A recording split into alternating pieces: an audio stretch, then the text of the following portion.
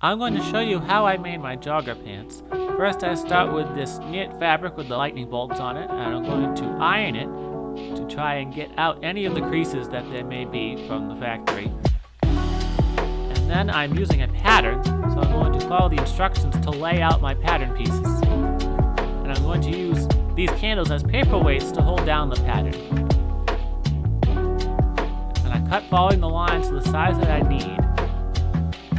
You can see I'm cutting under the paper, which is because I have all the sizes cut out in case I had to make something in a different size. And I've skipped ahead because there's mostly straight seams for the pants, and I'm doing the difficult portion, which is the cuff at the bottom, which is made from a ribbed cotton fabric.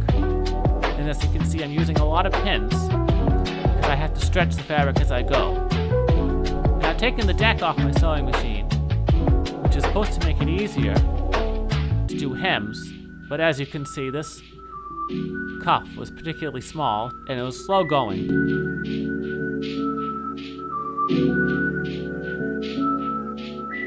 There's the finished cuff, and then I had to feed an elastic through my waistband, and to do this I put a safety pin on one end and put it through the hole. And as you can see, it's a lot of scrunching. It takes some time, but it comes out the other end, and this is the final piece.